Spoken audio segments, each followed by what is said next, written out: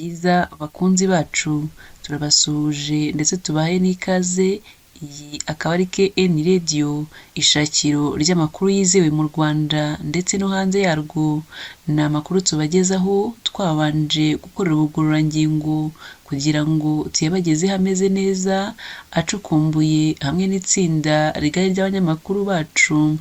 Hari amakuru rero, amakuru menshi ari kuvugwa, amakuru atari na meza, by'umwihariko mu karere ka Muhanga. Mu karere ka Muhanga haravugwa ko umurambo w'umugabo utazwi wakuwe muri Nyabarongo. Ni amakuru atagize uwo ashimisha, ni amakuru ababaje cyane. Ubwo uhise wibaza uti byagenze bite?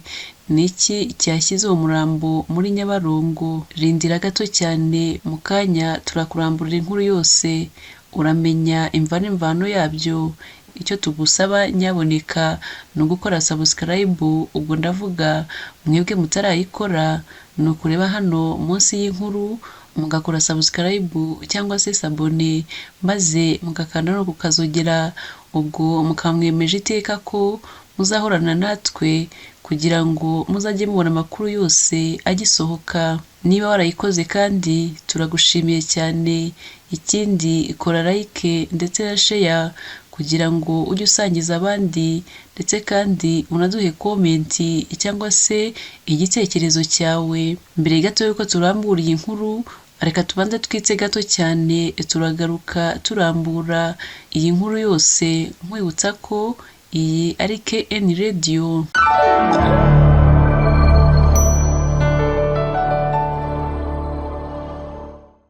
Nongeye kuguha ikaze wowe wahisemo gukurikira KN Radio, ishakiro ry'amakuru yizewe mu Rwanda ndetse no hanze yarwo. Ni amakuru tubagezaho twabanje gusesengura kugira ngo tuyabagezeho ameze neza. Nkwibutse ko iyi ari KN Radio. Mu karere ka Muhanga mu ntara y'Amajyepfo, umurambo w'umugabo utazwi wakuwe muri Nyabarongo. Ubuyobozi bw'umurenge wa Rongi buvuga ko bwakuye umurambo w'umugabo utaramenyekana mu mugezi wa Nyabarongo. Umunyamabanga nshingwabikorwa w'umurenge wa Rongi, Nsengimana Osiwadi, avuga ko uyu murambo w'umugabo uri mu kigero cy'imyaka 40 wabonywe n'abaturage saa sita zo kuri uyu wa kabiri, itariki 16 Nyakanga 2024. Nsengimana avuga ko uyu murambo wari mu mugezi rwagati, wafashwe n'ibiti biri mu mazi, ariko nyirawo yarangije kuva mu buzima. Mu magambo y'uyu muyobozi yagize ati, abawubonye bari mu mudugudu wa Kabuga, akagari ka Gasharu, badutabaje natwe twiyambaza RIB. Gitifu Nsengimana akomeza avuga ko babonye bitinze, bafatanya n'abaturage kuwukuramo, bakaba bawushyize ku nkombe z'umugezi, mu gihe bari bategereje ko abakozi b'urwego rw'ubugenzacyaha baza gukora iperereza ry'icyatera urupfu. Ubwo twakoraga iyi nkuru, Gitifu yatangaje ko bamaze kumenya amakuru ko abakozi ba RIB bari mu nzira berekeza aho umurambo w'unyakwigendera uherereye. Icyo tubasaba, mukomeze mukurikirane KN Radio kugira ngo muze kumenya amakuru arambuye kuri uyu mugabo wasanzwe yapfuye muri Nyabarongo.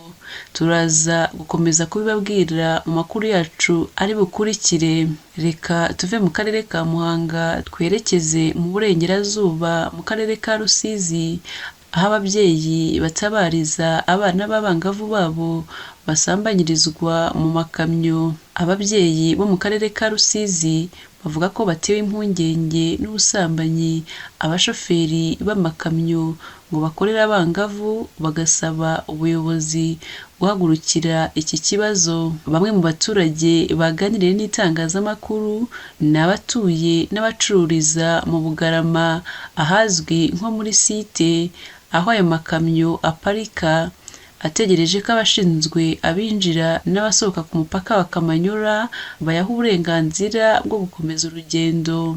Rusizi ni akarere gafite umwihariko wo gukora ku bihugu bibiri by'abaturanyi, harimo Repubulika ya Demokarasi ya Kongo ndetse n'u Burundi.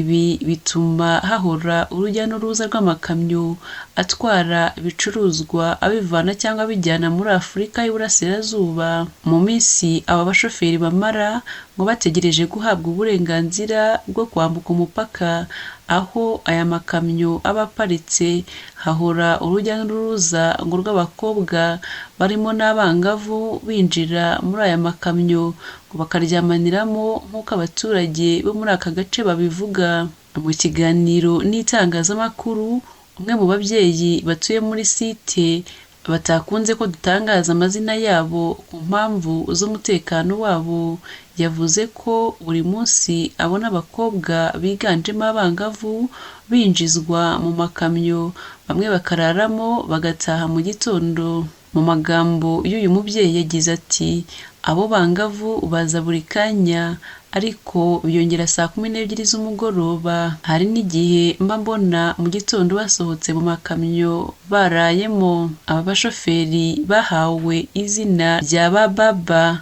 bisobanuye ababyeyi b'abagabo mu Giswahili. Bahitamo gusambanya abangavu kuko aribo batabahenda.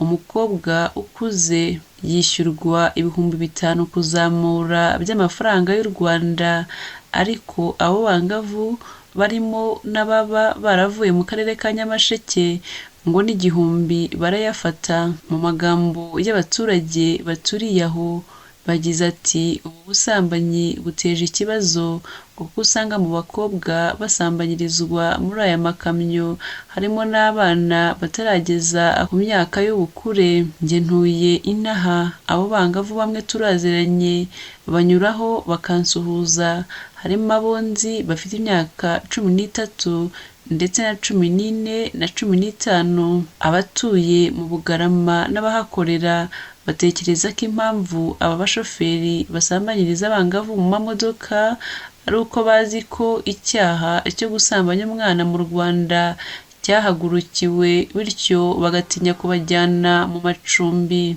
Umwe mu bagore bacururiza imbuto muri site avuga ko mu masaha y'umugoroba akunze kubona abangavu bagiye guhahira abashoferi b'aya makamyo. Uyu mucuruzi avuga ko mu bana abona binjira muri aya makamyo harimo ab'imyaka 15 na 16 gusa, ngo harimo n'abakuze. Ati "Ingaruka bibagiraho no gukuraho indwara, ashobora gukuraho inda itateganyijwe ntamenye n'umuntu azayerekezaho." Mu Bugarama ni hamwe mu hagaragara abangavu benshi baterwa inda.